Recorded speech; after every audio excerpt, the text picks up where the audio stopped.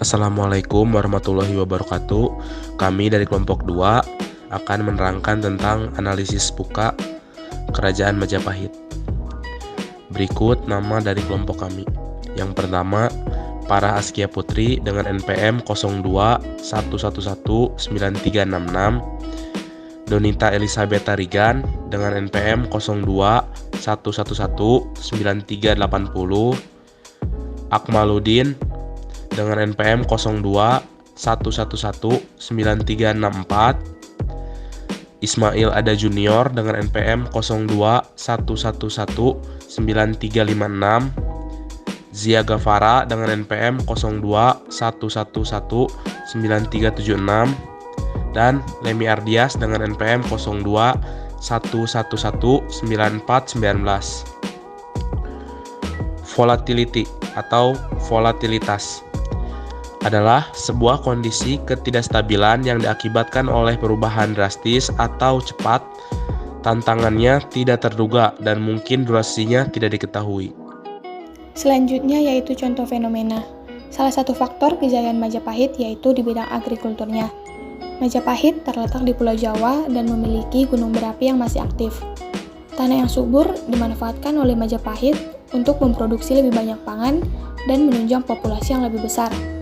Kondisi harga yang seringkali fluktuatif setelah bencana alam mengakibatkan perubahan pada permintaan pelanggan maupun pemasok. Dengan pilihan yang belum pernah ada sebelumnya, loyalitas konsumen jauh dari jaminan. Mereka menginginkan nilai yang lebih baik dan pengalaman pembelian yang lebih dipersonalisasi, membuat pelanggan lebih sulit untuk dimenangkan dan dipertahankan. Selanjutnya yaitu strategi Hayam Wuruk sebagai pemimpin.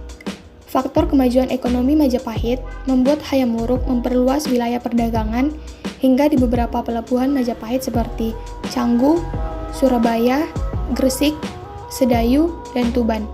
Dan juga Majapahit mulai membina hubungan baik dengan beberapa negara di Asia seperti Thailand, Vietnam, dan Kamboja, membuat Majapahit banyak dikunjungi oleh pedagang asing. Nah, hasil pertanian yang melimpah memungkinkan Majapahit memperdagangkannya kembali melalui komunitas, khususnya rempah-rempah dari Maluku, rempah-rempah yang sangat berharga dan banyak dicari oleh pedagang asing. Saat terjadi kondisi volatilitas, maka peran dari seorang pemimpin adalah memastikan bahwa visi dan misi perusahaan senantiasa dirumuskan dan dilaksanakan dengan kecepatan dan intensitas yang tinggi, seperti mengubah data menjadi informasi dan mengkomunikasikan visi dan misi secara jelas. Selanjutnya, uncertainty, artinya ketidakpastian. Memiliki artian tidak pasti atau ketidakpastian. Uncertainty bermakna sulitnya memprediksi isu dan peristiwa yang saat ini sedang terjadi. Di sini ada contoh fenomenanya. Pada saat itu, sebelum Hayam Wuruk dan Gajah Mada menjabat, Kerajaan Majapahit selalu mendapatkan tindakan pemberontakan, demo, keprotesan dari masyarakatnya. Hal ini terus berangsur-angsur tanpa bisa memprediksi ujungnya dan harus seperti apa pada saat itu. Selalu ada pemberontakan seperti tidak puas dengan jabatan yang diterima, pembunuhan, fitnah-fitnah terjadi pada masa itu, hingga pada akhirnya saat Hayam Wuruk dan Gajah Mada menjabat, mereka melakukan perubahan besar pada masanya, agar masalah ketidakpastian dalam pemberontakan ini akan berakhir. Gajah Mada membuat strategi agar mendapatkan hal yang pasti. Ia memahami segala bentuk permasalahan yang terjadi pada masa itu. Selanjutnya ada strategi Gajah Mada sebagai pemimpin dalam mengatasi ketidakpastian yang terjadi. Setelah Gajah Mada mengucapkan Sumpah Palapa, Gajah Mada melakukan upaya perluasan kekuasaan Majapahit ke seluruh penjuru Nusantara. Perluasan ini diawali dengan ekspedisi militer ke berbagai wilayah Nusantara. Setelah ekspedisi, Gajah Mada membentuk negara bawahannya yang sudah ditakluki. Gajah Mada menunjuk pemimpin di setiap daerahnya. Dengan cara tersebut, Majapahit memiliki wakil-wakil di pulau luar Jawa yang setia dan dapat membantu Majapahit. Setelah itu, Gajah Mada mencoba menyusun pernikahan antara Putri Sunda, Dyah Pitaloka, dan Hayam Wuruk. Pada saat itu, Sunda belum bisa ditaklukkan, dan Gajah Mada berpikir dengan pernikahan tersebut bisa membuat Sunda ditaklukkan secara diplomatis. Saat terjadi uncertainty, maka peran pemimpin adalah understanding atau memahami dengan menggunakan data sebagai acuan. Kemudian ada complexity atau kompleksitas. Ini adalah kondisi ketika perusahaan mengalami masalah yang berkepanjangan dan rumit serta saling terhubung. Contoh fenomenanya adalah setelah wafatnya Hayam Wuruk pada tahun 1389, Majapahit memasuki masa kemunduran akibat konflik perebutan tahta, seperti daerah-daerah Majapahit di bagian utara Sumatera dan Semenanjung Malaya memerdekakan diri.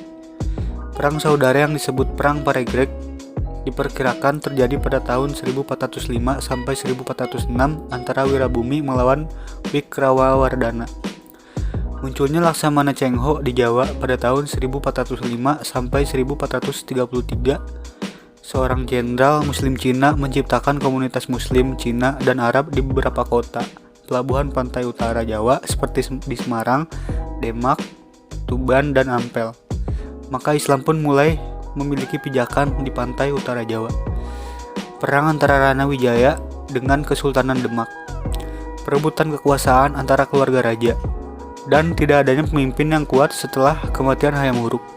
Saat terjadinya kondisi totalitas, maka peran dari seorang pemimpin adalah mengembangkan pemimpin kolaboratif serta membangun koneksinya.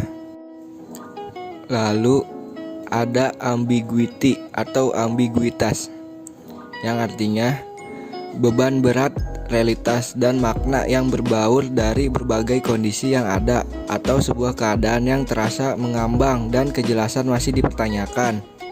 Ambiguity memiliki artian tidak ada kejelasan asal-usul sebuah kejadian. Di sini ada contoh fenomena. Saat Gajah Mada dan Hayam Wuruk menjalankan misinya untuk menyatukan Nusantara, salah satunya yaitu dengan menyusun pernikahan Hayam Wuruk dan Dyah Pitaloka.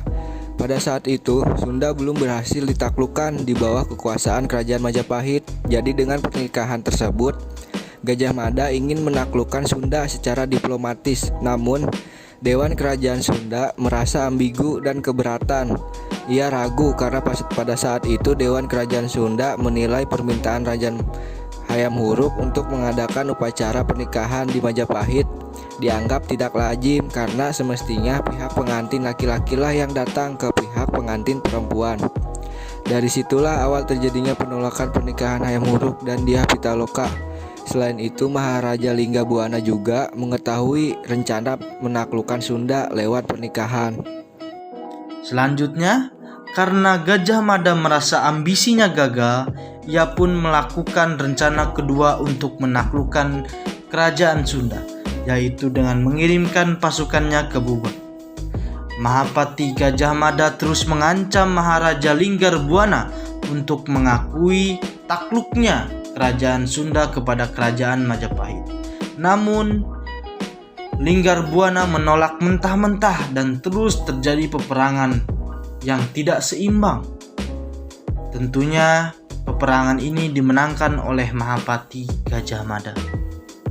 Selanjutnya, sesuai dengan definisi ambiguity, yaitu tidak ada kejelasan dari sebuah kejadian. Akhirnya dari fenomena Majapahit ini menimbulkan kontradiksi dan mitos belakang. Larangan orang Sunda menikah dengan orang Jawa. Namun ada beberapa pengamatan dari para ahli dan sejarah bangsawannya. Mereka menilai sejarah peperangan Bubat ini tidak pernah terjadi sampai saat ini.